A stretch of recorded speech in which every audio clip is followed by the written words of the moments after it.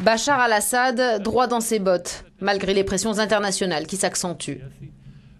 Le président syrien est de plus en plus isolé. Pourtant, rien ne semble pouvoir arrêter la machine de guerre du régime. Depuis 6 mois, la répression est meurtrière et violemment dénoncée par l'Occident. Bachar al-Assad fait la sourde oreille, il annonce des réformes et se place en victime. Son régime subirait une stratégie menée par des groupes terroristes dont les supposées armes saisies sont régulièrement montrées à la télévision d'État. Mais le discours de Bachar al-Assad pourrait changer. Dimanche, l'Arabie saoudite a rappelé son ambassadeur à Damas. Le Koweït et le Bahreïn lui ont emboîté le pas. Le Qatar avait pris la même mesure en juillet. Plus frileuse, l'Égypte et la Jordanie ont simplement critiqué le régime syrien. Au Caire, le gouvernement parle d'un point de non-retour en Syrie.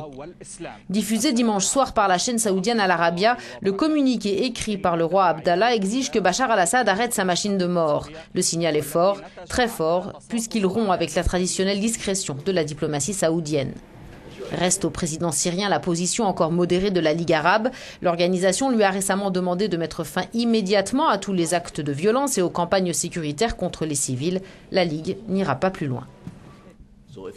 Si vous appelez à une action de la Ligue arabe, il n'y en aura pas. Si vous appelez à toute autre déclaration destinée à essayer de trouver une solution à un problème, je ne parle pas seulement de la Syrie, je parle de n'importe quel problème, incluant la Libye ou tout autre pays du monde arabe.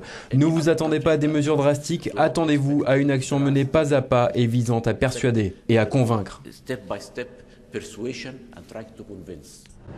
La chute du régime de Damas est-elle inévitable? Oui, disent certains, qui prédisent aussi une répression encore plus forte. Mais les Syriens semblent plus déterminés que jamais à faire tomber le régime. Ce mardi, à Daraa, et malgré le ramadan, c'est en pleine journée de jeûne qu'ils sont descendus dans la rue, n'attendant pas le coucher du soleil pour manifester.